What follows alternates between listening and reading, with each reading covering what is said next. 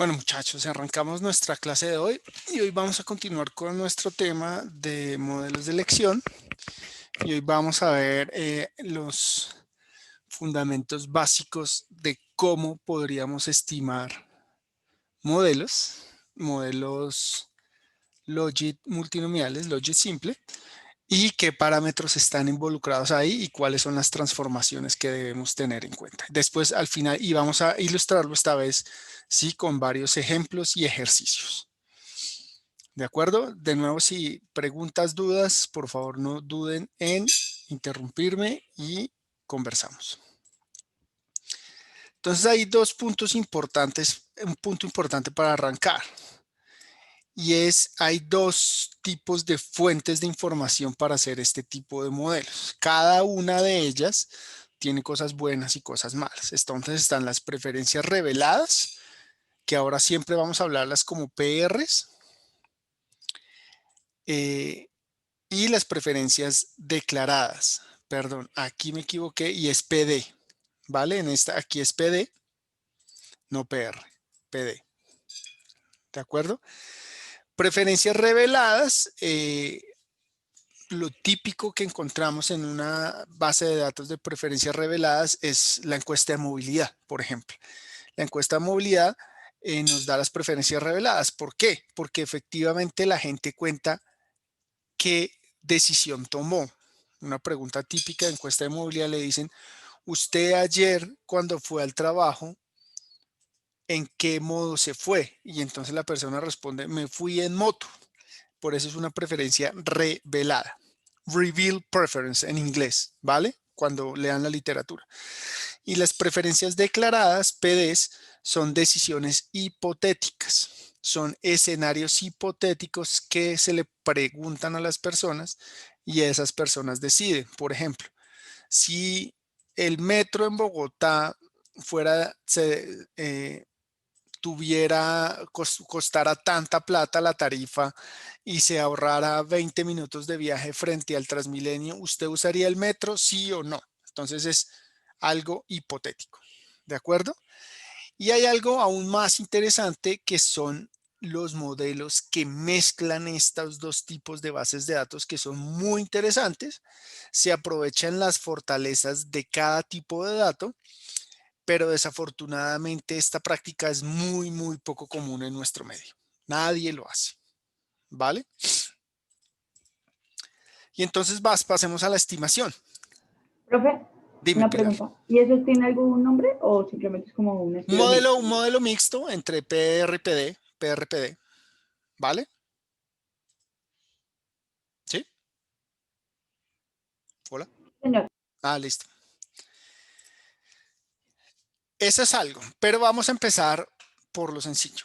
Tenemos un modelo logit multinomial o logit simple, como vimos la clase pasada. ¿Se acuerdan? La probabilidad de escoger la alternativa J por parte del individuo Q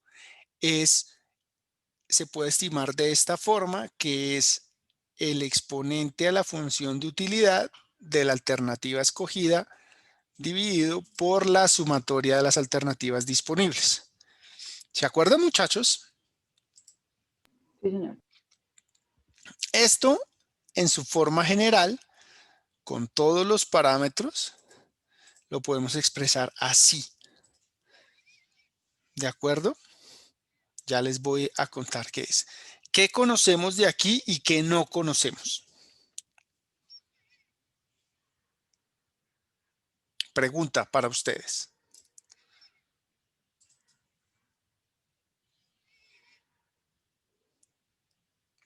Para poder estimar los modelos, primero tenemos que saber qué tenemos que estimar.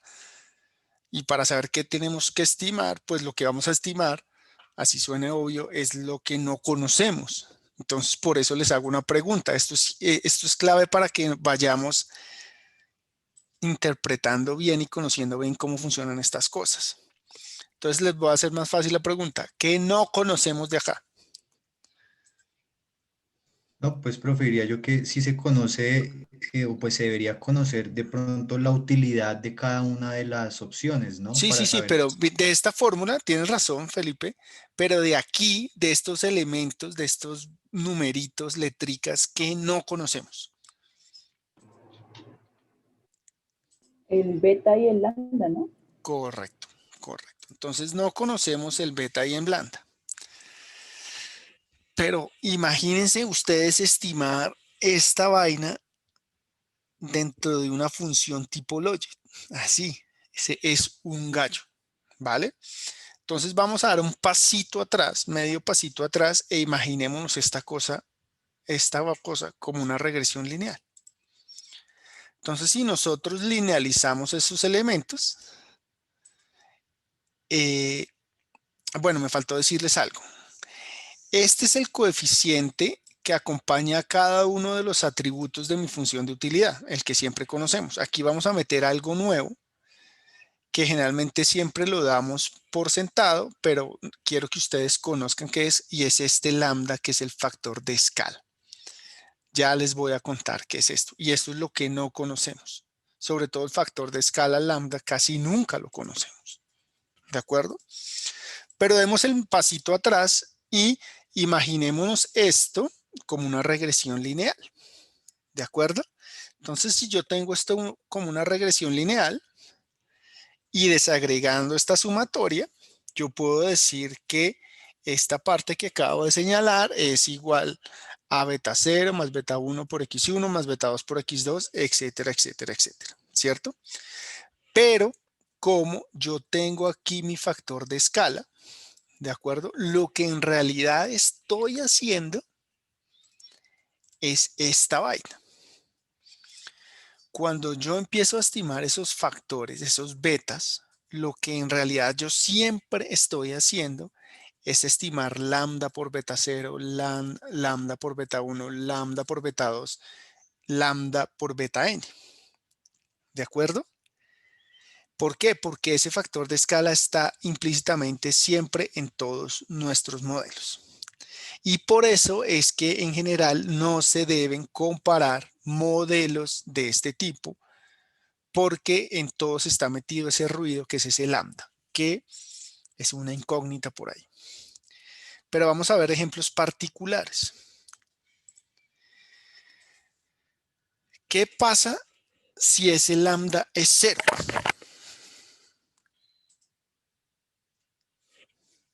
¿Qué implicaciones tiene que ese lambda sea 0? Notaría Y todo el uno arriba. término es Todo es cero. cero. De a 1, porfa. ¿Cómo? Tenemos dos opciones. Que el lambda sea 0 o que ese lambda tienda al infinito.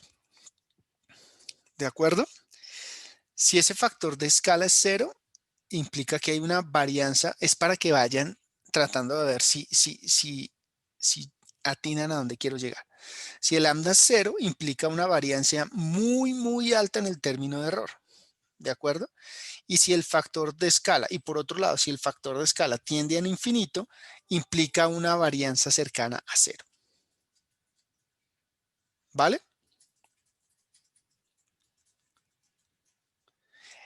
Entonces pregunta, ¿qué pasa si en un caso particular mi lambda es 0? ¿Qué creen? Échensela al agua, tranquilos. Mi variable no, pues no ¿Cuál, me estaría diciendo nada, no es cuál válida. Digamos variable? que ¿Cuál variable? la, Felipe. mi x1 o x2, dependiendo de cuál lambda sea el que me dio Pero cero. acuérdate que estamos estimando los estimadores, valga la redundancia, estamos estimando lo que no conocemos. Entonces, si lambda es 0, ¿qué pasa con lo que estamos estimando? Cero. Pues digamos que ese Correcto. O término, sea, todos mis betas serían 0, ¿cierto? ¿Qué pasa si todos mis betas son ceros? Eso significa, ahí llegaría a una situación que al modelo equiprobable, ¿de acuerdo? Si esto es 0, e elevado a la 0 es ¿qué? Es igual a ¿qué? 1. 1, ¿cierto? Muy bien, Pilar. Y como aquí tengo una sumatoria de alternativas, esto sería 1 más 1 más 1, suponiendo que tengo 3 alternativas, ¿cierto? ¿Sí me siguen? Esto es en el caso particular que el factor de escala sea igual a 0. Y esto es lo que se conoce como el módulo equiprobable. Y en realidad, vean que si yo estoy haciendo 1 dividido entre 1, entre 3, perdón, en el caso que tengo 3 alternativas, yo voy a escoger bus, tren y carro. Y yo llego a un modelo así con factor de escala igual a 0. ¿Qué me implica eso, muchachos? Échenle una pensadita en Que términos prácticos.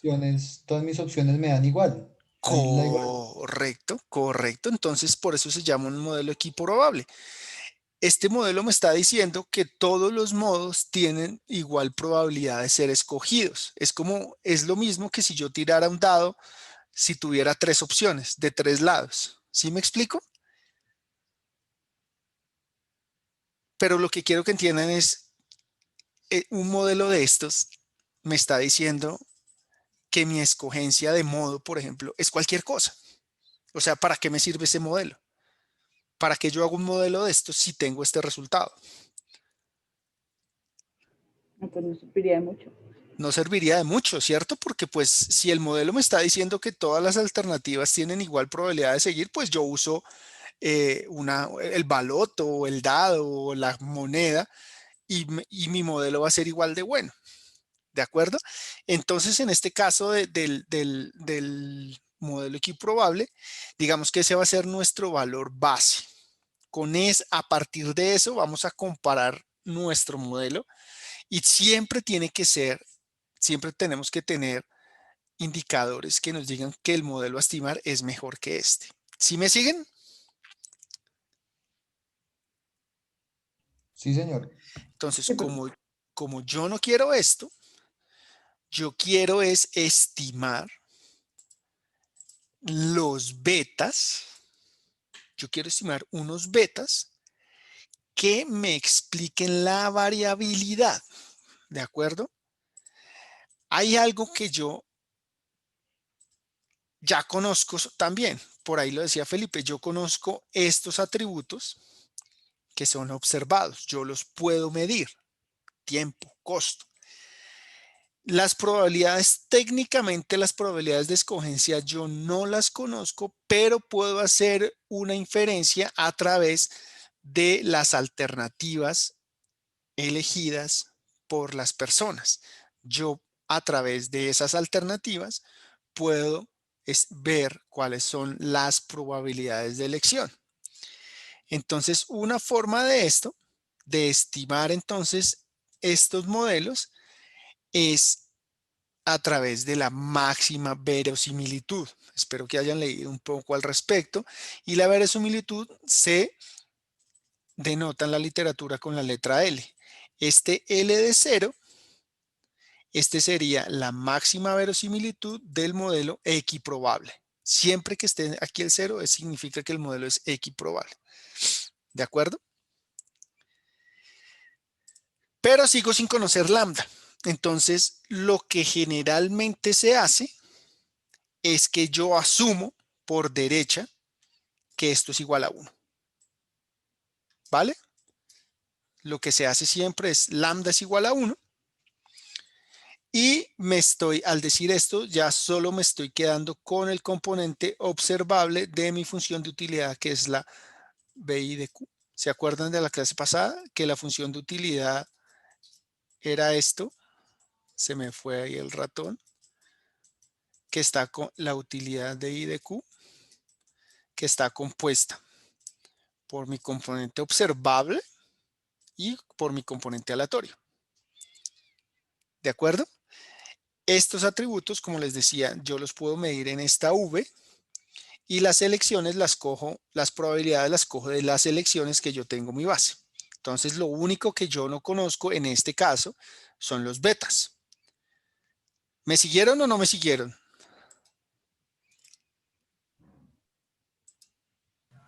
Sí, pero Luis Ángel, una pregunta. O sea, Pregunta. ¿de qué me sirve tener entonces un lambda igual a 1 si en teoría pues no lo voy a contar? No te entendí. No, por eso, como no lo puedo conocer, yo asumo que es igual a 1 y esto es como si ya todo me quedara multiplicado por 1. Esto se convierte en 1.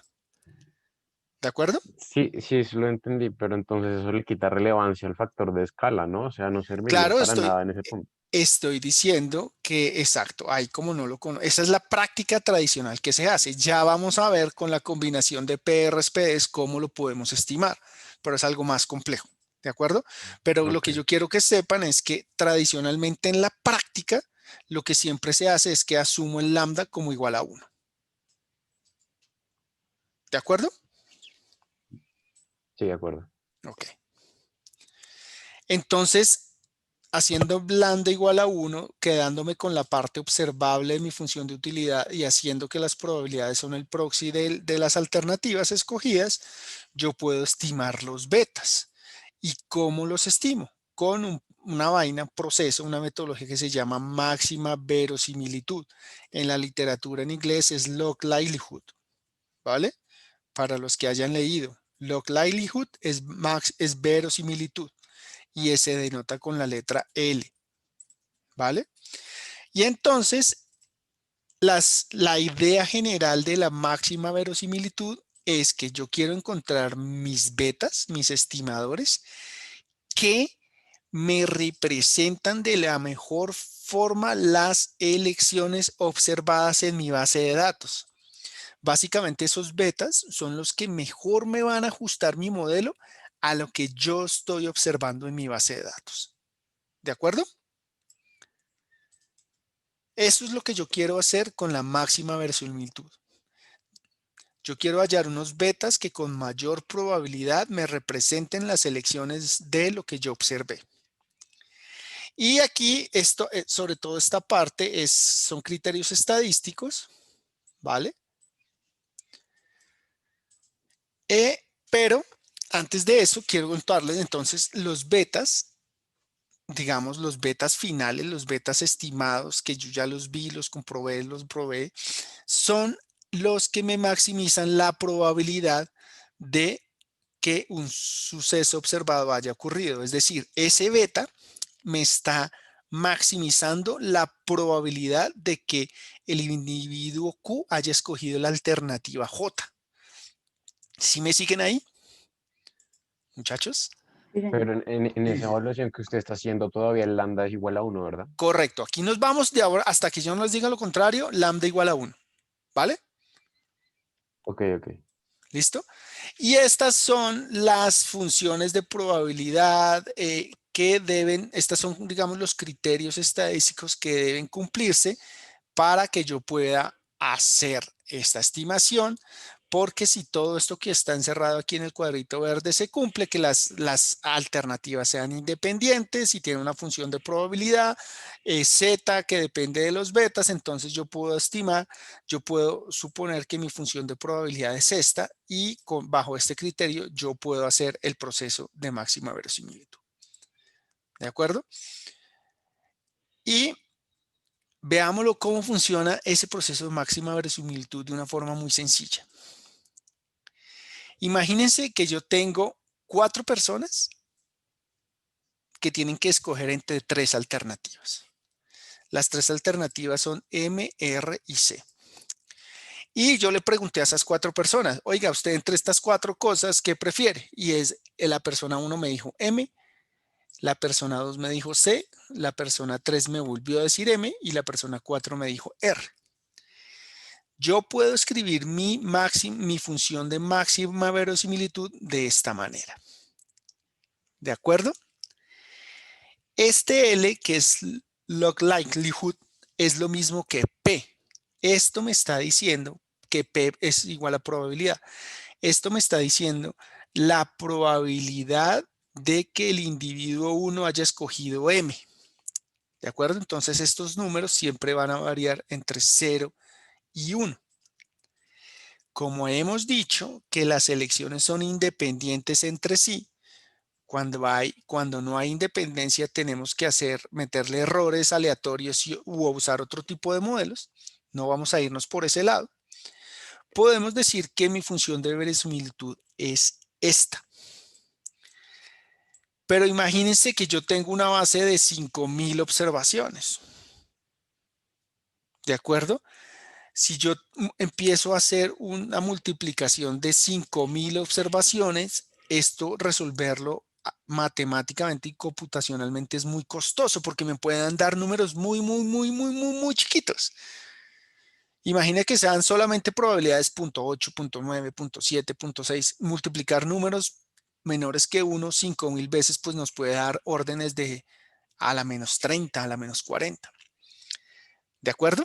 Si me siguen, muchachos, si no me siguen, me lo dicen, por favor. Como yo quiero ahorrarme ese paso porque es complicado, entonces, ¿cómo es? Yo me voy a inventar una nueva variable, una variable artificial, ¿de acuerdo? Que se llama G, que va a ser muy sencilla. Si efectivamente el individuo 1 escogió la alternativa J, la variable se ilumina y toma el valor de 1. Si no, siempre va a tomar el valor de 0. ¿De acuerdo? Entonces, ¿para qué? ¿Por qué estoy creando esta variable? ¿Cuál sería, por ejemplo, el valor de mi variable dummy?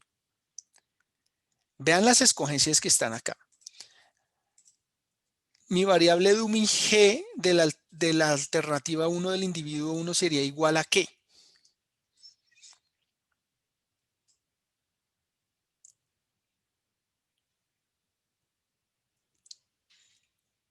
Échense al 1, agua. 1, ¿por qué, Felipe?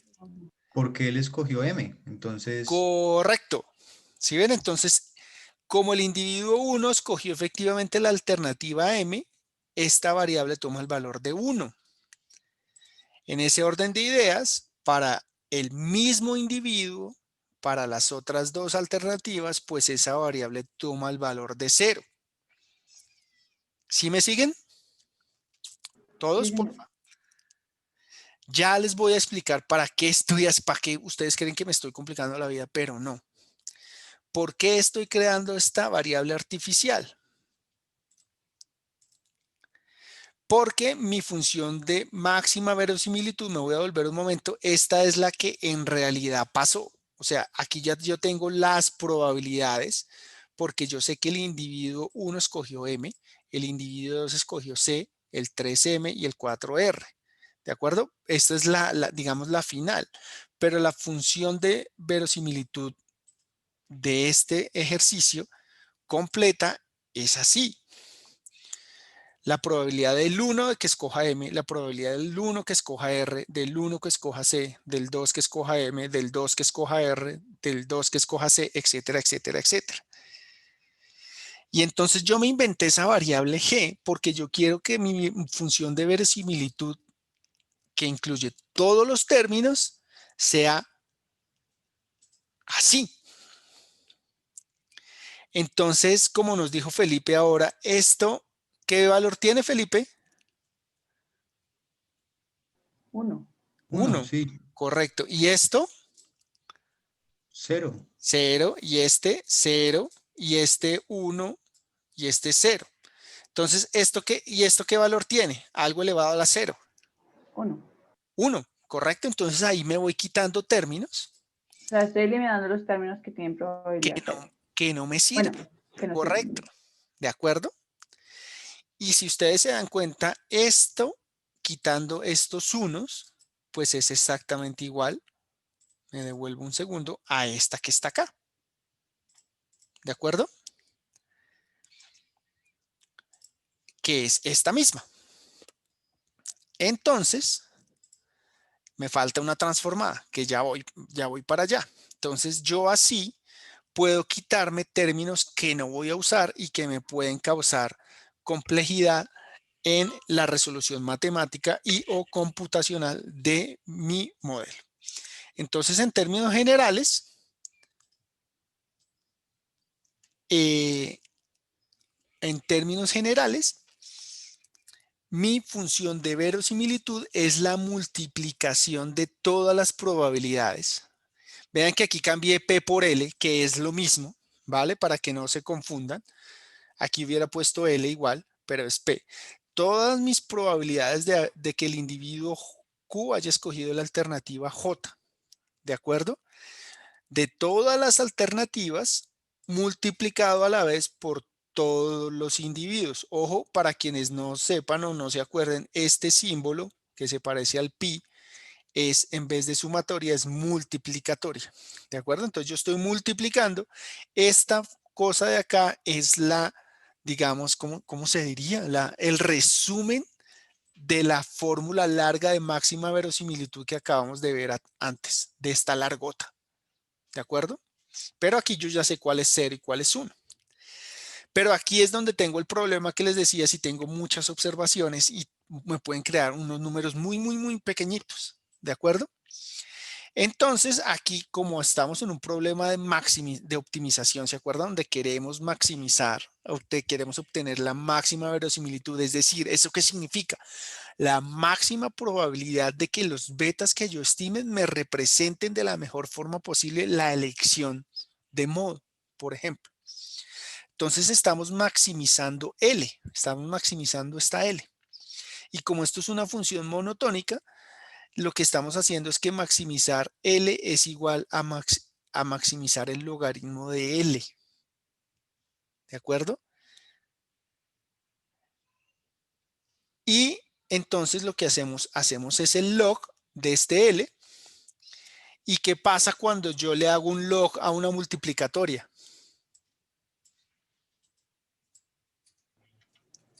Ingenieros. Se convierte en una función lineal, ¿no? O sea, Queda una sumatoria. suma. Una suma. Correcto. En una sumatoria. Correcto. Queda una sumatoria que es la que tenemos acá. Entonces, al yo hacer log, que ustedes lo van a ver en la literatura, el log likelihood o el logaritmo de la máxima verosimilitud, vean que esto lo pasamos aquí al hacerle log, donde bajamos el exponente y tenemos el logaritmo natural de la probabilidad de escogencia. Así es como yo estimo transformo la cosa para estimar los betas y me queda una función mucho más sencilla de resolver. ¿De acuerdo? Y generalmente esto me va a dar, L de beta me va a dar un número negativo. Siempre negativo, muchachos. ¿Vale? ¿Por qué es negativo? Porque imagínense que esto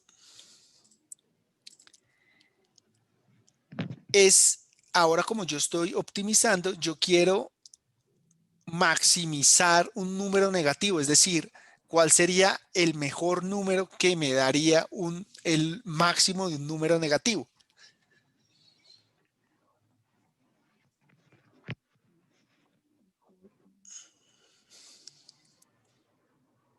Rubén, Pilar, No sé, cero tal vez. O sea, correcto, no, no cero. la estoy Imagínense, entendiendo. yo quiero el máximo de unos números negativos. ¿Cuál es el máximo de un número negativo? El cero, ¿cierto? No, si me voy a infinito daño la cosa. Lo que les quiero decir es por qué cero. Porque obviamente, porque entre más cercano a cero, el logaritmo natural de cero, ¿cuánto es?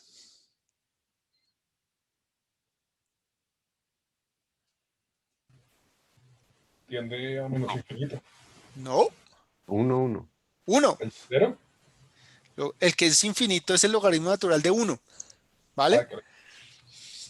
Entonces, si esto me tiende a 0, yo estoy diciendo que esto es igual a ¿qué?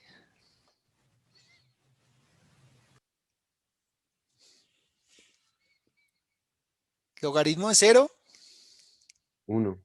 1. Entonces yo estoy diciendo que esta probabilidad es Pues del 100%, 1. correcto. Y entonces si eso pasa, es como yo estoy diciendo ahí que mi modelo me está estimando la probabilidad de que una persona escoja una alternativa es 1.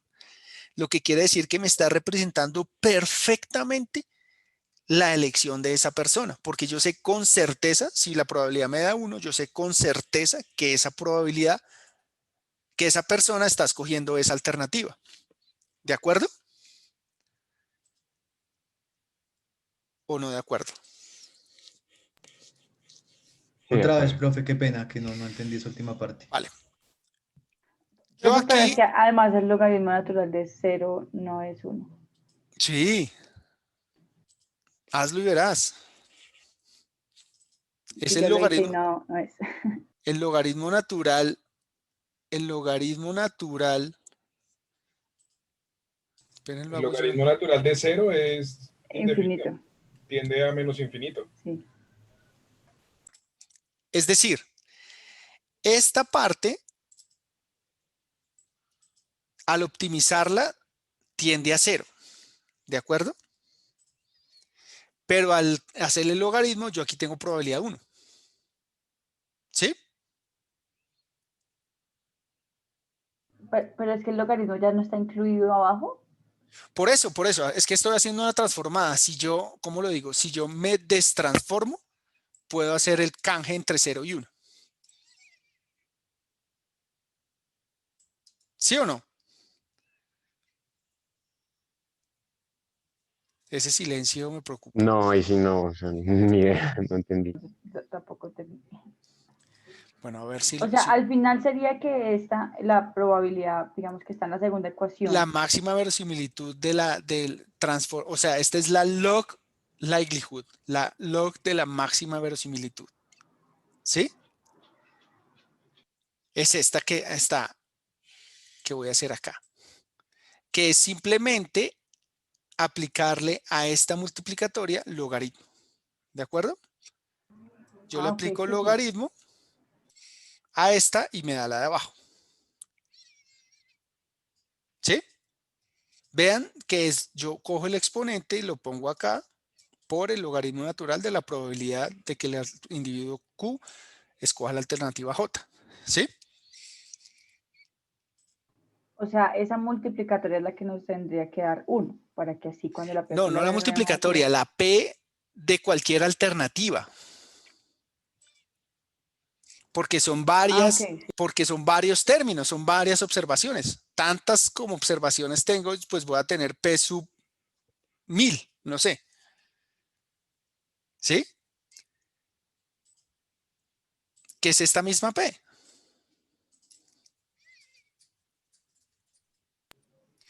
En resumen, a ver, Sí, o sea, al final es lo que mostraste en la ecuación anterior, que es 1 por 1 por 1 por 1. exactamente, ¿Sí? es que mira, Siempre me va a dar 1. esta multiplicatoria es la versión resumida de esto. ¿Sí? Esto de arriba, voy a volverlo a hacer, esto de arriba es lo mismo que esto. Yo estoy cogiendo mis P's de la alternativa J del individuo Q elevado a mi variable artificial, que yo ya sé si es 1 porque yo ya sé qué escogieron. Y como les decía, como aquí tengo muchas observaciones y me pueden salir números muy grandes o muy pequeños, yo la transformo en logaritmo para yo tener una suma. ¿Sí ven? Ya tengo suma de estos términos. ¿De acuerdo? Y al yo buscar, y esto siempre es un número negativo, ¿vale? Y al yo maximizar la máxima verosimilitud de la log likelihood, yo lo que estoy buscando es, hagan de cuenta que yo aquí tengo mi L y aquí tengo mi betas. Yo lo que estoy haciendo aquí esta es una curva. Yo lo que estoy haciendo es escogiendo este punto tal que me minimice este número negativo, perdón, me maximice este número negativo. Yo tengo que hallar estos betas de tal forma que este número sea el óptimo, es decir, que más cercano a 0 esté. ¿Por qué? Porque yo quiero que esto tienda a 0, porque al hacer la transformada con el algoritmo, la probabilidad va a ser 1. Y si esto me reproduce muy bien la probabilidad, como les decía, probabilidad igual a 1, es decir, yo tengo la certeza absoluta de que esa persona escogió esa alternativa. ¿Sí?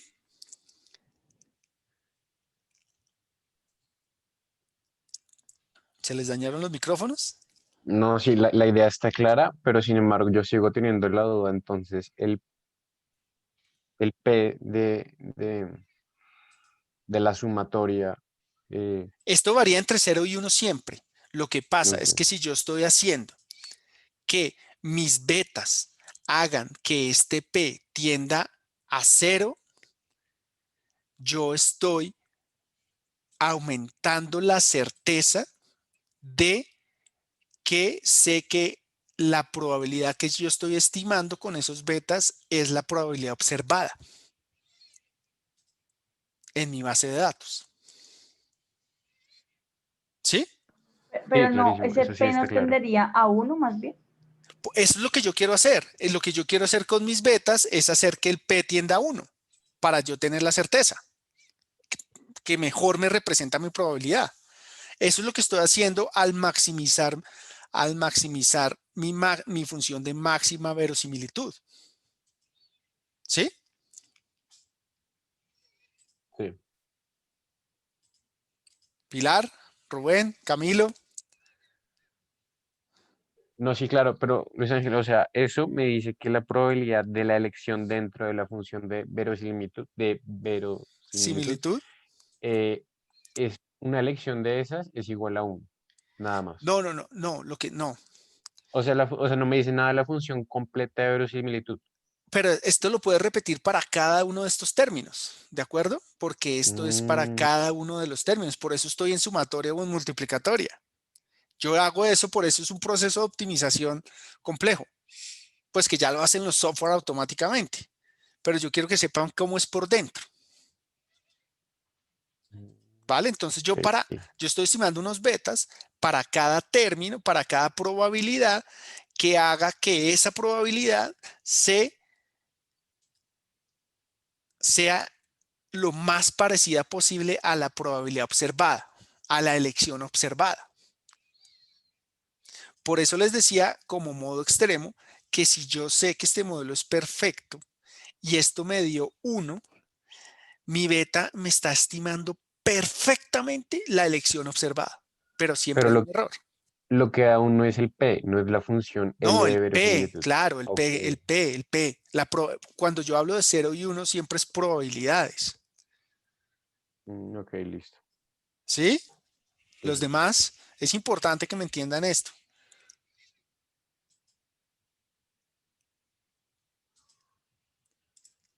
¿Aló? Sí, profe.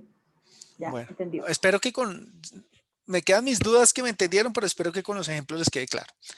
Y entonces después, no me voy a meter aquí, después de una transformada mágica con la matriz hessiana y todo esto, lo que yo estoy haciendo al maximizar mi función de máxima verosimilitud, yo lo que estoy diciendo es que mi L del beta se distribuye normal con media beta gorro, porque es un estimado, y, eh, y con una matriz de varianzas y covarianzas V. Esto solo se los cuento para términos informativos. ¿Para qué les cuento esto? ¿Por qué? Porque de acá,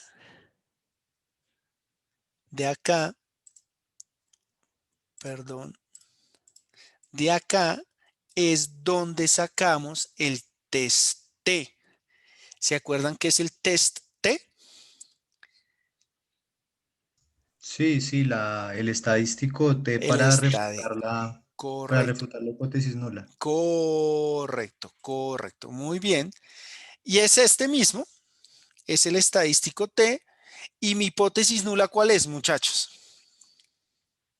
Que beta es igual a 0. Que los betas son igual a 0. Entonces, ese estadístico T, acuérdense, por ejemplo, aquí tengo un ejemplo, que si yo quiero un nivel de confiabilidad del 95%, mi test, el estadístico T, debe estar por dentro o por fuera de este rango, de menos 1,96 a más 1,96. Debe ser mayor a Por 1,96. fuera. Correcto. Mayor en valor absoluto, mayor a 1,96. Y entonces ahí yo sé que el estadístico T es significativo a este nivel de confianza. Es decir, que mi p-value es menor o igual al 5%. Y esto me está diciendo que con una probabilidad mayor al 5%, mi beta es diferente de 0. Entonces yo rechazo la hipótesis nula. ¿Cierto? Sí, señor. Esto aplica para todos los modelos. ¿De acuerdo? Pues la explicación es la misma, mejor dicho. Entonces tenemos los estadísticos T y los p-values, que me dicen qué tan probable es que yo acepte o rechace mi hipótesis nula. ¿Estamos? Hola. Sí, señor. Vale, Felipe, gracias. Si alguien tiene alguna duda, me cuenta. Pero al final, todo esto se resume en este cuadrito que es muy interesante, que es de Juan de Dios Ortúzar. Y es que al final siempre tenemos muchas dudas de qué dejamos y qué no dejamos en los modelos.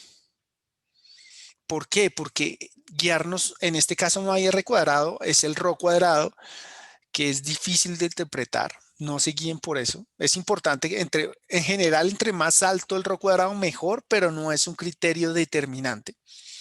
¿De acuerdo? Siempre nos confrontamos, nos enfrentamos a decir qué dejo, qué no dejo. Entonces este cuadrito lo resume perfectamente. Y aquí separamos nuestras variables en dos clases.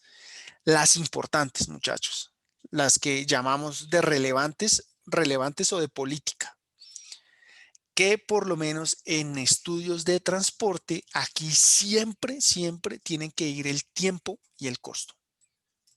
Tiempo de viaje, costo de viaje en todas sus variaciones.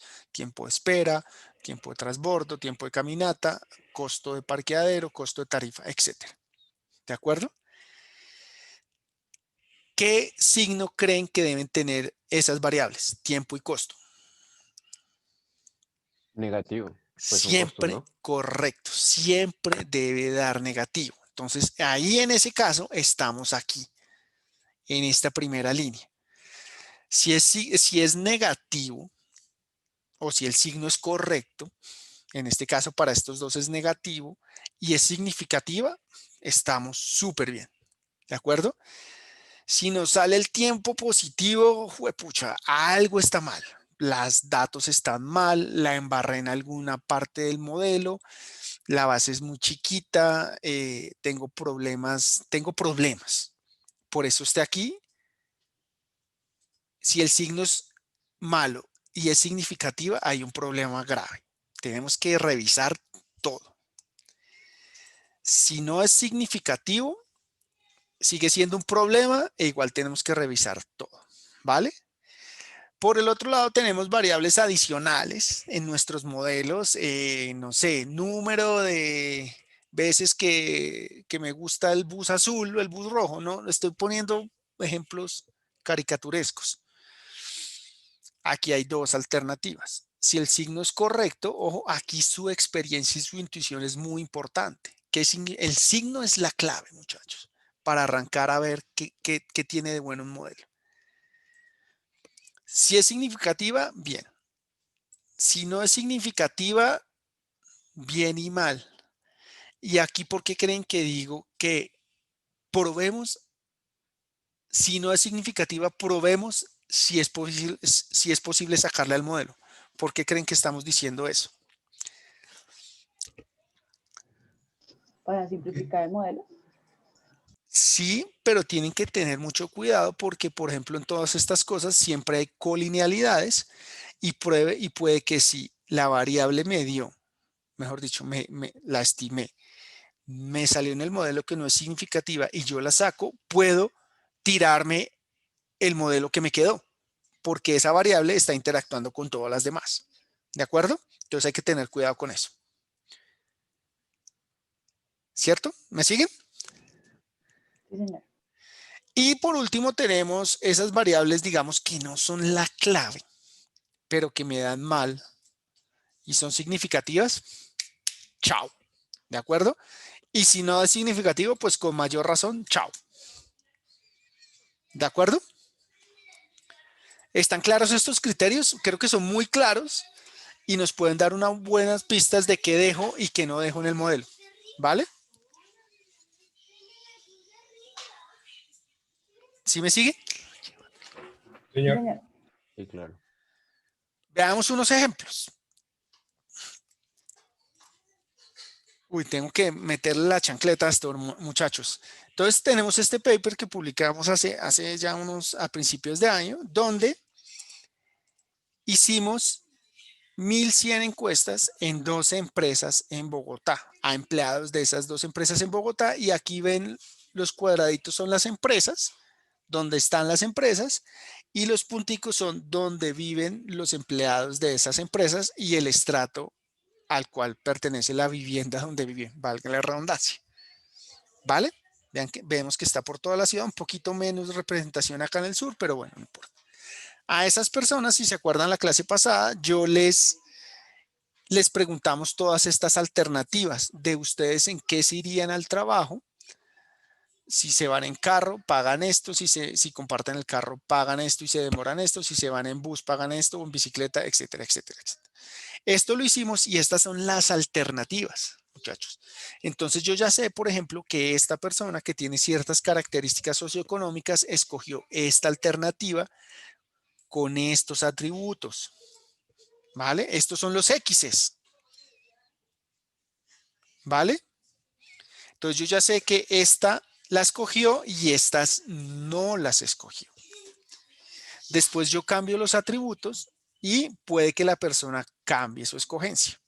Así es como funciona. Esto es una PD. Perdón. ¿Qué hicimos? Probando diferentes combinaciones. Estas fueron las funciones de utilidad que nos dieron una mejor estimación del modelo, una menor o una mayor log likelihood. ¿De acuerdo? Si pueden ver el paper, ahí está explicado. Entonces vean, por ejemplo, que tenemos acá rápidamente las constantes modales.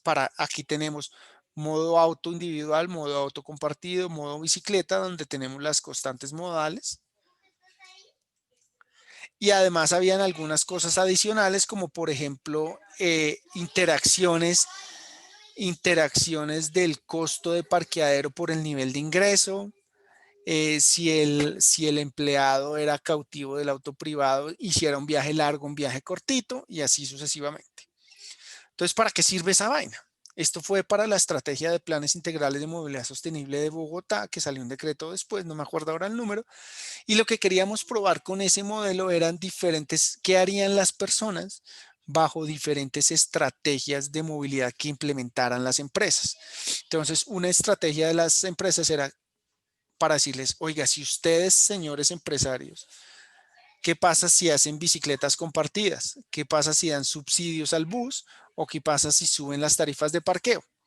Bajo estas 3 estrategias, vemos que, por ejemplo, para la estrategia 1, la gente mejor dicho, el uso del carro bajaría en 2%, el uso de la bici aumentaría en 13% y el uso de la caminata disminuiría en 10%. Entonces, con este tipo de modelos permitiríamos saber cómo sería la recomposición de las escogencias modales de los empleados. Entonces, aquí podemos ver qué estrategia, por ejemplo, nos beneficia de acuerdo al objetivo. Entonces, aquí estamos viendo que si yo pongo bicis públicas, estoy en la 1, lo que estoy haciendo es que mucho de este aumento, vean, de ciclistas es gente que antes caminaba y ya no lo va a hacer. ¿De acuerdo? Para eso me sirven ese tipo de modelos.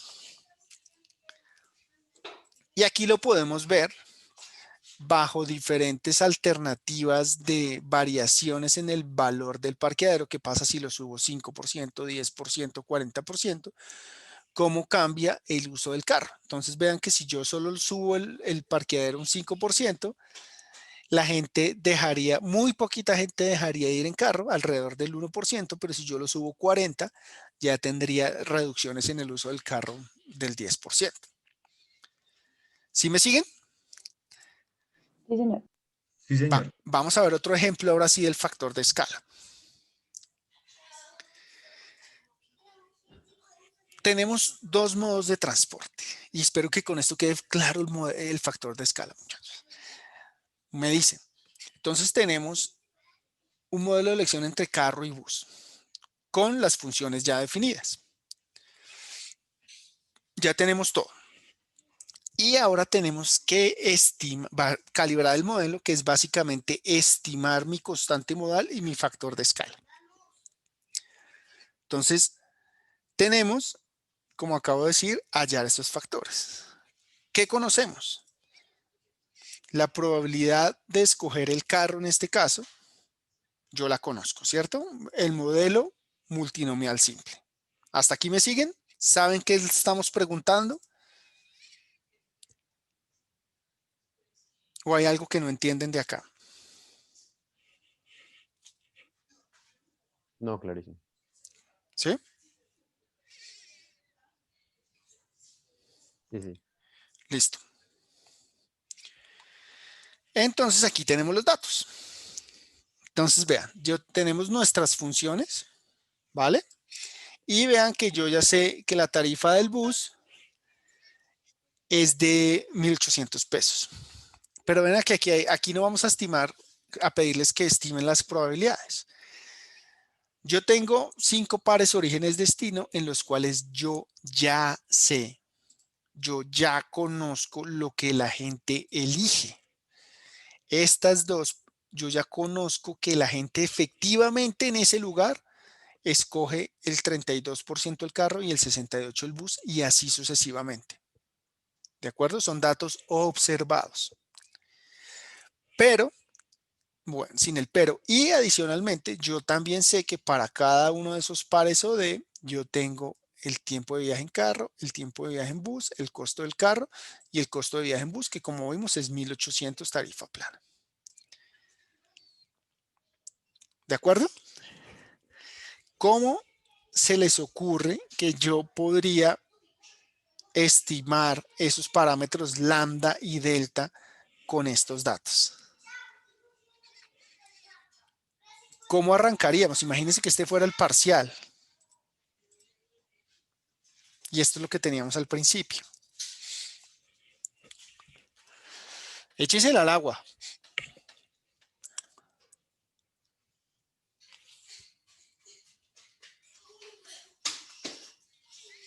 ¿Nadie se echa al agua?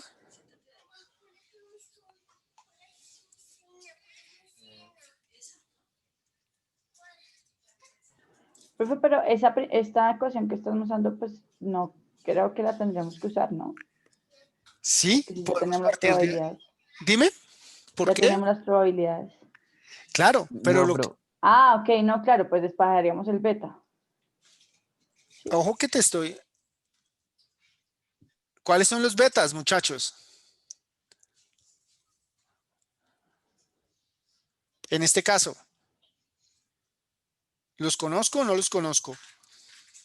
pues no, se No, supone que no no los los conozco. conozco. Eso es lo que tenemos que calcular. No. ¿Cuáles son los betas acá? El 0.2 y el 0.06 del Correcto, tiempo. esos son mis betas. Ok. ¿Vale? Acuérdense que yo estoy preguntando por el factor de escala que está acá. ¿Dónde está? Está acá. ¿Se acuerdan? Y el valor de la constante modal. ¿Por qué? Porque por términos de determinación, esto debe tener algo así. O, en su defecto, algo así. ¿Vale? Es para que miren siempre todo profundamente. Pilar lo dijo correcto. No tengo que estimar nada porque yo ya lo conozco. De acuerdo. Acuérdense que cuando yo voy a estimar estos modelos, yo quiero estimar los factores que mejor me reproduzcan las probabilidades observadas. ¿Se acuerdan? Sí. Entonces lo que yo quiero tener es un modelo que sea lo más parecido a esto que yo ya lo conozco. ¿Sí? ¿Sí me siguen, muchachos? Sí, ok. Si no me siguen, me dicen. Y si me equivoco también. Yo siempre me equivoco. Entonces, ¿cómo pasé de aquí a acá? Claro, ¿cierto? Lo- Dime. Logaritmo, ¿no?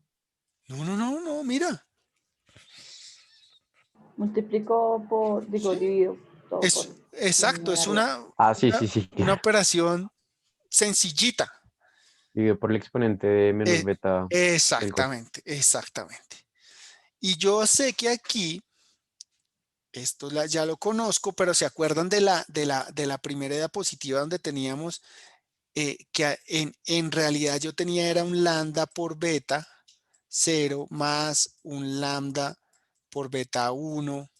Hagan un pretending de que estoy escribiendo bien, más un lambda por beta 2, etcétera, etcétera. ¿Se acuerdan? Sí, señor. Entonces yo hago esa misma transformación acá y meto mi lambda y meto mi delta, que es la constante modal por la determinación de las funciones de costo. ¿Se acuerdan? Aquí lo único que estoy haciendo es seguir la teoría, ¿vale? Imagínense que este lambda, como lo supuse en el ejemplo de las empresas, yo ahí estaba suponiendo que eso era igual a 1, pero aquí yo lo quiero hallar, entonces ya lo pongo explícitamente. ¿Sí? Y este sería la probabilidad de usar el carro, por ejemplo.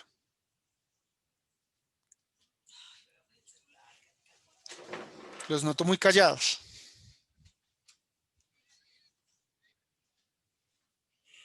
Venga, no, no me preocupan. Cuéntenme en algo, que ya vamos a terminar.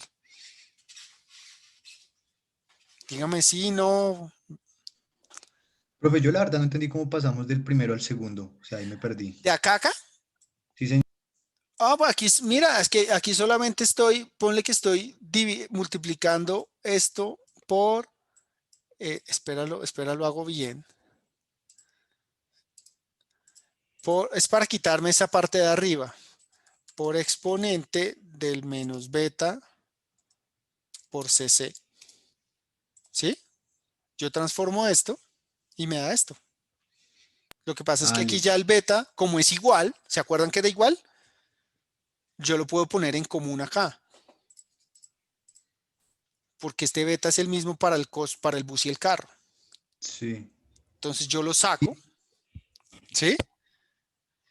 Y si se acuerdan, en la primera diapositiva, yo, como aquí ya no voy a hacer el factor de escala igual a 1, ¿se acuerdan que yo sabía que el lambda, voy a poner lambda, este lambda por y, cuando hacía regresión lineal es igual a lambda por beta 0, más el lambda por beta 1, más el lambda por beta 2, etcétera? Me voy a devolver un momento.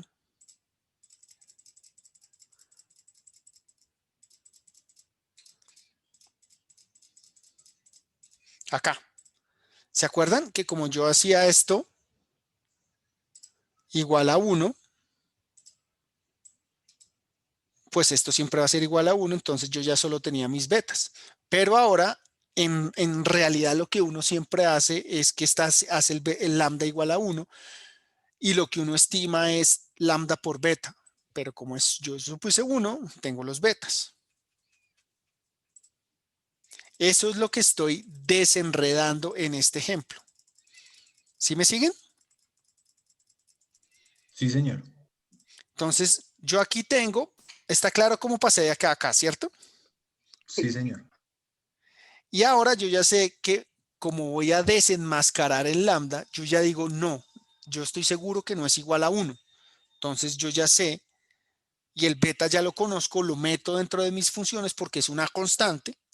Entonces yo paso de aquí a aquí despejando el lambda y sumándole esa constante modal a mis funciones de costo que ya conozco. ¿Sí? Sí. Vale.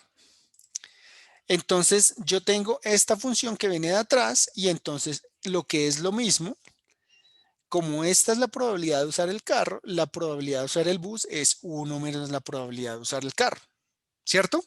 Porque solo tengo dos modos. Y 1 menos todo esto es igual a esto, por operación aritmética sencilla. Venga, vayan hablándome porque si no me Sí, sí, pierdo. profe. ¿Sí? Sí, eso está claro.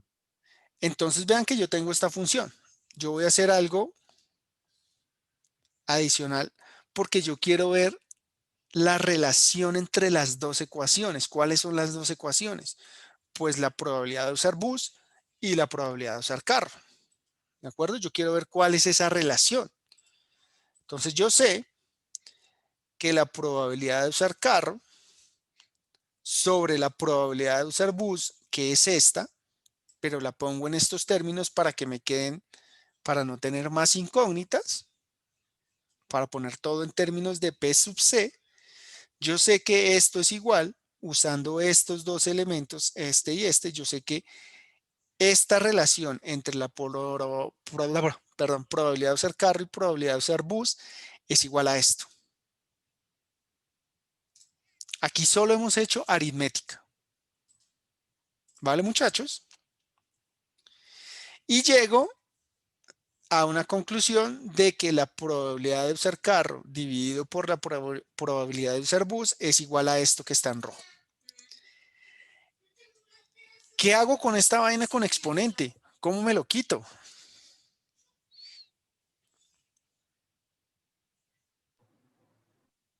Logaritmo. Con logaritmo. Logaritmo, ¿vale? Entonces, si aplico logaritmo a lado y lado, vean que tenemos el logaritmo natural de esta parte izquierda y el logaritmo natural de esta parte derecha. ¿Vale? ¿Esto qué forma funcional tiene? Voy a saltarme acá. Entonces yo ya sé que las probabilidades y los costos los tengo. De lambda y delta son las incógnitas. ¿Vale? Esto entonces, ¿qué forma funcional tiene? Esto, perdón, todo esto. ¿A qué se les parece esto?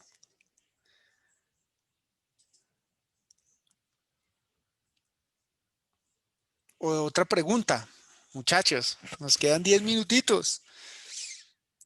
¿Cómo hallo lambda y delta de ahí?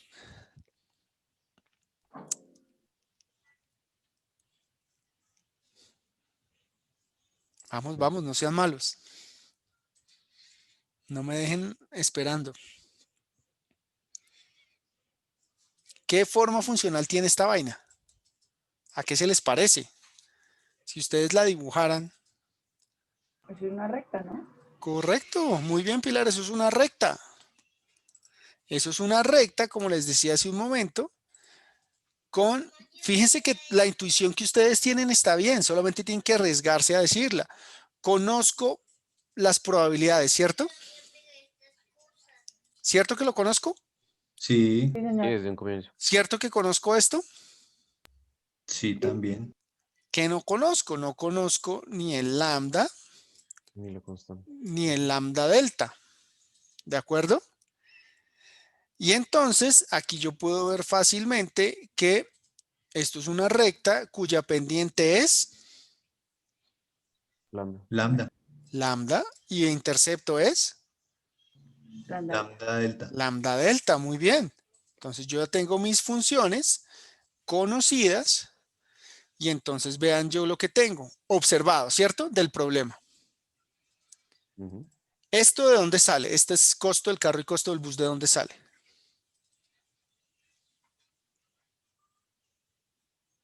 Acuérdense que yo tengo mi función de costo y se acuerdan que en cada punto yo tenía cuánto es el tiempo y el costo de cada modo.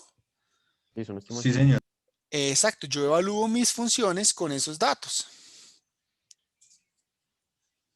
Conocido, check, ¿cierto? Sí, señor. El logaritmo natural de la relación de PCPB, check. ¿Cierto? Ujú. Sí. Sí, señor. Y la diferencia de los costos, check. ¿Cierto? Sí, ¿Y ahora qué hacemos? una regresión, ¿no?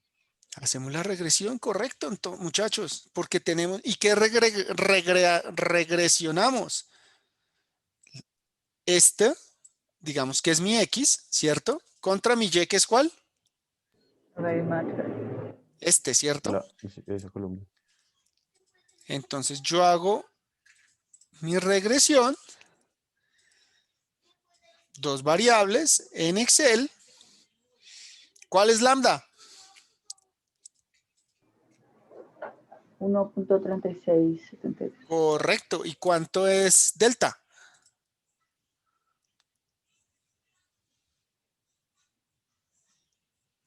No me digan el número, díganme cómo lo sacarían.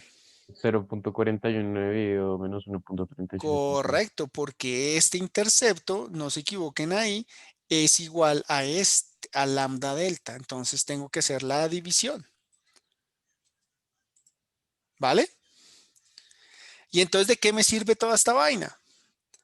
Vean que yo tengo mis datos observados y con mi modelo obtuve unos parámetros de tal forma que mi modelo es lo más parecido posible al observado. ¿Y cuál es mi modelo? Pues esta recta. ¿Qué es lo observado? Estos puntos. ¿Sí me siguen? Sí, señor. Claro, preguntas, dudas, comentarios. ¿Qué hubiera pasado si nosotros asumimos el lambda como 1? O sea, como decíamos al principio.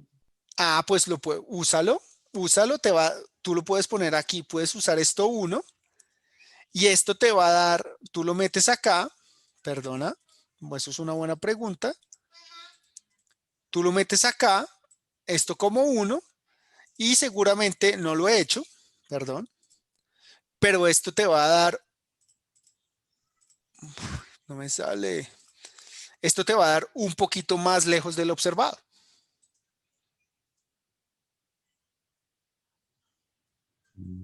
¿Sí? Sí, Puede que listo, te dé profe. 30, 29, no sé, 21, 15, 20, etcétera, etcétera. ¿Cómo la vieron? Fácil, ¿cierto? Y al final como que resulta un poco simple, pero Es que es simple, es lo un poco complejo es entender toda la teoría de la máxima verosimilitud, utilidad aleatoria, etcétera. Pero vean que aquí lo importante es visualizar, hacer el link entre todas estas cosas y la teoría para poder sacar esas ecuaciones, poder saber dónde sumarle una variable o no. ¿De acuerdo? sí. Y ahora para cerrar, muchachos, vamos a ver qué pasa si tenemos una mezcla de PRs, PDs. Nos quedan 10 minutitos. Entonces, muchachos, ¿qué teníamos acá al mezclar PRs y PDs? Queríamos obtener un modelo de elección modal para Bogotá, donde primero que me reflejara bien las elecciones de los bogotanos y segundo que tuviera en cuenta nuevos elementos en ese mercado de transporte como son el tren, el regiotram, el metro y la caminata, que casi nunca la caminata se ha tenido en cuenta en los modelos de elección modal. Y entonces, ¿qué hicimos ahí? Voy a empezar por lo fácil, donde teníamos la encuesta de movilidad, que es una PR, ¿se acuerdan como les dije al principio? Pero el problema con la PR es que sabemos la gente que escogió. No sabemos cuáles alternativas tenía disponible para después haber escogido la opción que escogió. Ahora Víctor nos va a contar. Y teníamos una base de datos de una encuesta que se hizo para un estudio de Transmilenio, que era, Víctor, tú me corriges, que era para estimar la selección modal en Bogotá bajo escenarios donde estuviera el tren de Occidente y del Norte funcionando y la primera línea del metro. Sí, ¿Correcto, Víctor? efectivamente, era para establecer demanda y tarifas del objetivo de Exacto. KPD. Entonces, Víctor, nos quedan 10 minutitos. Te doy yo te manejo la presentación, tú me vas diciendo que cambie. Dale. Listo. Digamos que cronológicamente nosotros primero contamos con la PD. Digamos que esas PDs, francamente, los datos no eran muy buenos. Nosotros teníamos una información en la que casi el 80% de la gente siempre seleccionaba ATM y Metro. Entonces, eso nos dio una idea de que cómo podíamos mejorar esos datos. Y fue como se nos ocurrió usar la encuesta de movilidad con las PR para fortalecer esa información que era un poco de baja calidad que teníamos de las PD. Sin embargo, como decía Luis Ángel, el principal problema de trabajar con PR es que tú sabes efectivamente qué modo eligió la persona. Tú le preguntas a alguien, oye, ayer cuando tú ibas a la universidad, ¿en qué te fuiste? Y él te responde, bueno, me fui en Transmilenio, me costó 2.000 pesos y me demoré 40 minutos. Pero tú no puedes saber, tú no sabes qué otras alternativas tenía disponible esa persona. No sabes cuánto se demoraría, por ejemplo, en taxi, no sabes cuánto se demoraría en bicicleta, si está dispuesto a usar bicicleta. Entonces, eso es un reto muy grande de trabajar con PR. Para solucionar ese problema, lo que nosotros hicimos fue usar distintas tecnologías que están ahora disponibles, como son información de Google, y lo que empezamos fue con los orígenes y destinos georreferenciados de esa encuesta de movilidad, sabiendo de dónde a dónde iba la persona y en qué modo efectivamente eligió. Los atributos de las alternativas no observadas las calculamos con esta herramienta. Entonces nosotros íbamos y le preguntábamos a Google, oye Google, para esta persona que fue de Chapinero a la universidad a esta hora del día, ¿cuánto se demoraría haciendo ese viaje en transporte público? Google te da una respuesta. ¿Cuánto se demoraría, por ejemplo, en automóvil? Google te da una respuesta, se demoraría tanto tiempo. Ahora bien, hay otros atributos importantes que se tienen que tener, como por ejemplo el costo de viaje. Para transporte público es relativamente sencillo porque tú tienes las tarifas, pero tú cómo sabes cuánto le cuesta un viaje en carro, por ejemplo, a las personas. Para eso, lo que hicimos fue usar costos de operación promedio y sacar con eso entonces toda la información de cuántos cuesta un kilómetro en carro en promedio en Bogotá, y sabiendo la distancia podemos hallar el costo total del destino. Lo mismo para las motos, mientras que para la caminata y la bicicleta lo que hicimos fue un costo cero y simplemente sabiendo la distancia del viaje y con una velocidad promedio que se observaron en Bogotá, pudimos sacar también el tiempo de viaje. Entonces, esta fue como la manera en la cual nosotros creamos esa base de datos de PR. Ahora bien, digamos que esta cuestión de hacer modelos de elección, uno a veces tiene que tener el marco conceptual de uno lo que está midiendo. Por ejemplo, si tú tienes un atributo como el tiempo de viaje en una alternativa, tú esperarías que las alternativas, a medida que tengan mayor tiempo de viaje, sean menos interesantes para las personas. Es decir, si tú te demoras más yéndote en bus en ese ITP que en Transmilenio, probablemente te vas a ir en Transmilenio porque es la opción más rápida. Entonces, cuando uno empieza a formular estos modelos y qué opciones va a meter en la encuesta de movilidad, de pronto tiene que tener ese marco conceptual de cómo podría influenciar si la persona es mujer, si es joven, si tiene mucho dinero, si tiene poco dinero. Generalmente las personas con poco dinero prefieren opciones más económicas y están dispuestas a viajar por más tiempo. Entonces, nosotros haciendo este ejercicio creamos una función de utilidad que incluye la ocupación de las personas, el tamaño del hogar, el costo obviamente de la alternativa, el ingreso también per cápita del hogar de las personas, el tiempo de la alternativa y si la persona era hombre o mujer. En realidad aquí estamos trabajando con el sexo, si es sexo femenino o masculino. Entonces creamos una función de utilidad como la que ustedes ven aquí, en el cual el costo interactúa con la ocupación y con el tamaño del hogar y el tiempo interactúa con el ingreso. ¿Eso qué nos permite ver? Nos permite ver cómo la gente evalúa esos atributos de costo y tiempo según sus características socioeconómicas. Entonces, lo que uno esperaría encontrar, por ejemplo, es que a medida que aumenta el ingreso de las personas, ellos están dispuestos a pagar más por un modo que se demore menos tiempo. Entonces, esas son las cosas que después hay que validar en los resultados que uno observe. Aquí tenemos entonces el modelo. Digamos que cuando uno está trabajando con distintas fuentes de información, el primer paso siempre es validar los modelos de manera independiente. Si yo tengo unos datos de PD y otros de PR, primero hago un modelo solo con PDs, después hago un modelo solo con PR, y si esos modelos independientes son congruentes, ahí sí ya puedo ir a combinarlo. Entonces lo que estamos viendo aquí es precisamente cuáles son los resultados de esos modelos independientes que nosotros tuvimos. Te interrumpo un segundo, Víctor. Vean, muchachos, que este es el L que estábamos hablando hace un rato, el log likelihood, que es un número negativo que entre más cercano a 0, mejor. Continúa, Víctor. Sí, entonces, precisamente mirando esa verosimilitud de los resultados, observamos que claramente nuestros datos de PR son, tienen un mejor ajuste, un mucho mejor ajuste comparados con los de PD. Entonces, eso también ya nos da otra noción que de pronto esa información de PR puede ajustarse un poco mejor. Sin embargo, digamos que la PD tiene un RO cuadrado un poco mejor, lo cual es otro indicador que nos está diciendo que también explican los datos, mi modelo. Entonces, mi modelo de PD explica un poco mejor los datos que mi modelo de PR. Así que claramente, digamos, esta es una oportunidad excelente para unir las dos fuentes de información y mejorar, usando las ventajas y desventajas de cada uno, mejorar el poder de predicción de mi modelo. Sí. Seguimos ahí, Luis Ángel. Sin embargo, algo que hay que tener en cuenta es que una vez que yo valido mis modelos independientes, yo no puedo ir a combinarlos así y ya. ¿Por qué? Porque podrían haber parámetros que tienen distintos efectos en cada fuente de información. Por ejemplo, si mi parámetro del tiempo me dio muy alto en PD, pero muy bajo en PR, lo que te está diciendo es que las preferencias que miden esos datos en cada conjunto pueden cambiar. Entonces, no lo puedes mezclar porque en cada uno te está midiendo cosas distintas y cuando tú lo combines te va a estar midiendo una cosa totalmente distinta.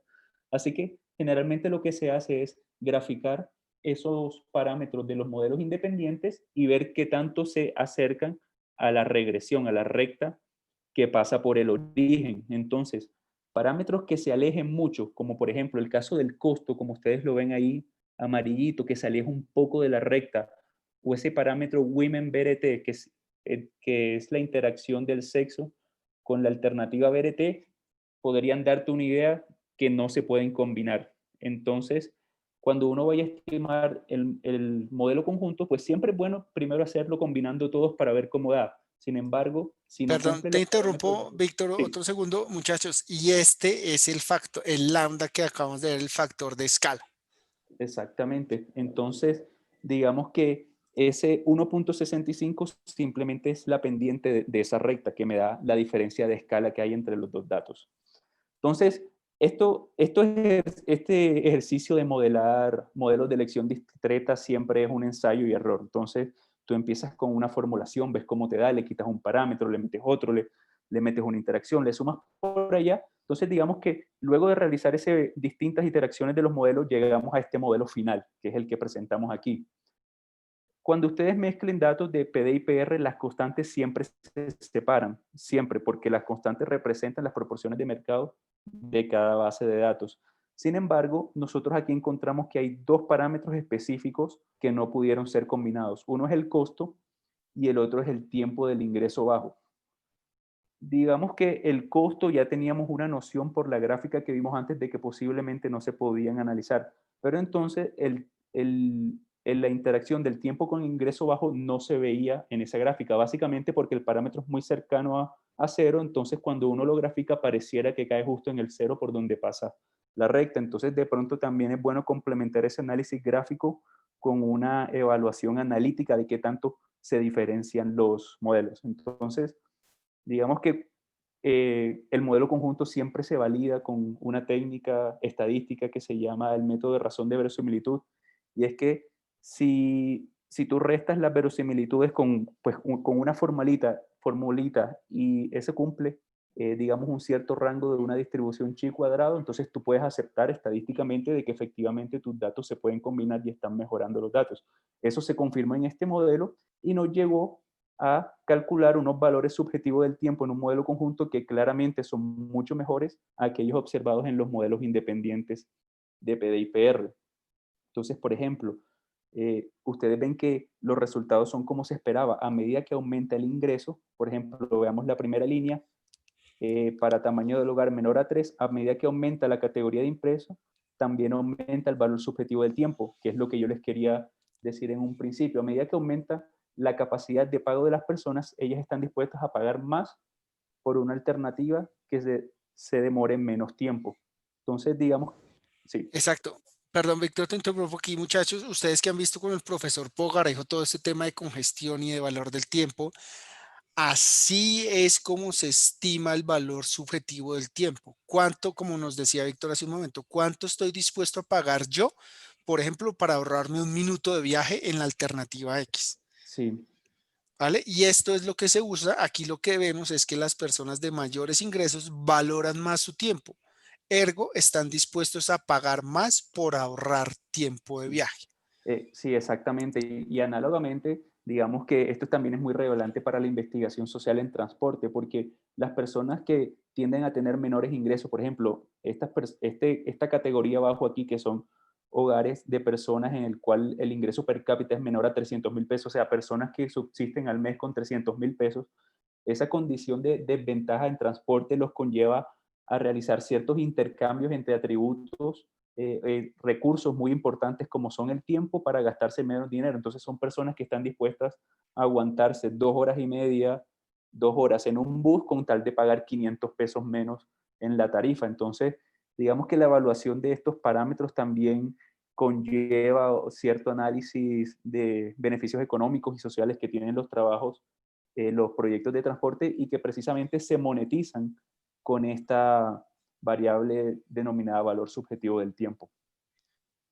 Y vean también que lo que hicimos con Víctor es que si el usuario trabaja, valora aún más su tiempo si sea de menores recursos que el usuario de menores recursos que no trabaje. Exactamente. Tiene aún un valor menor de su Sí, tiempo. sí. Y precisamente aquí al menos usamos la ocupación de las personas, pero otra manera de verlo también es si uno involucra el motivo del viaje. Si ustedes, por ejemplo, realizan un viaje obligado, ya sea, pues ustedes son estudiantes, por ejemplo, y digamos que tienen una clase a las 9:30, entonces de pronto para ese viaje en específico, si ustedes van tarde, están dispuestos a pagar un poco más con tal de llegar a tiempo. Entonces, por ejemplo, si voy tarde a la clase, yo siempre me voy en Transmilenio, pero hoy precisamente voy tarde a mi parcial, de pronto estoy dispuesto a pagar un taxi que sea más rápido, que me lleva tiempo.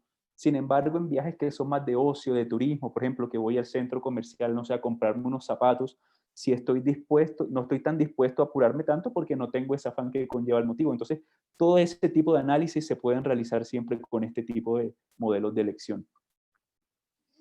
Víctor, ya en Son, 3 minutos sí, cuéntanos esto simular y las 3 puntos claves de mezclar PRs y PDs para cerrar. sí, listo. Finalmente, digamos que nosotros obtuvimos ese modelo, pero, digamos, tú ajustas unos datos que estás observando y lo que quieres es después validar si ese modelo que estimaste te sirve para predecir otra información. Entonces, lo que hicimos fue usar la encuesta de movilidad 2019, los viajes que están ahí, y le aplicamos el modelo, y lo que encontramos es que ese modelo ajusta muy bien otro tipo de información. Entonces, lo estamos validando, lo que estimamos, con otra fuente de información distinta a las PDI-PR que usamos para validarlo, para estimarlo, así que validamos el modelo. Entonces, además, esto permite evaluar políticas, escenarios donde está el metro, donde está el Regiotram, donde está Transmicable, y por ejemplo, esta columna que se llama Futuro es la evaluación de ese escenario donde se incluye el metro y el tren.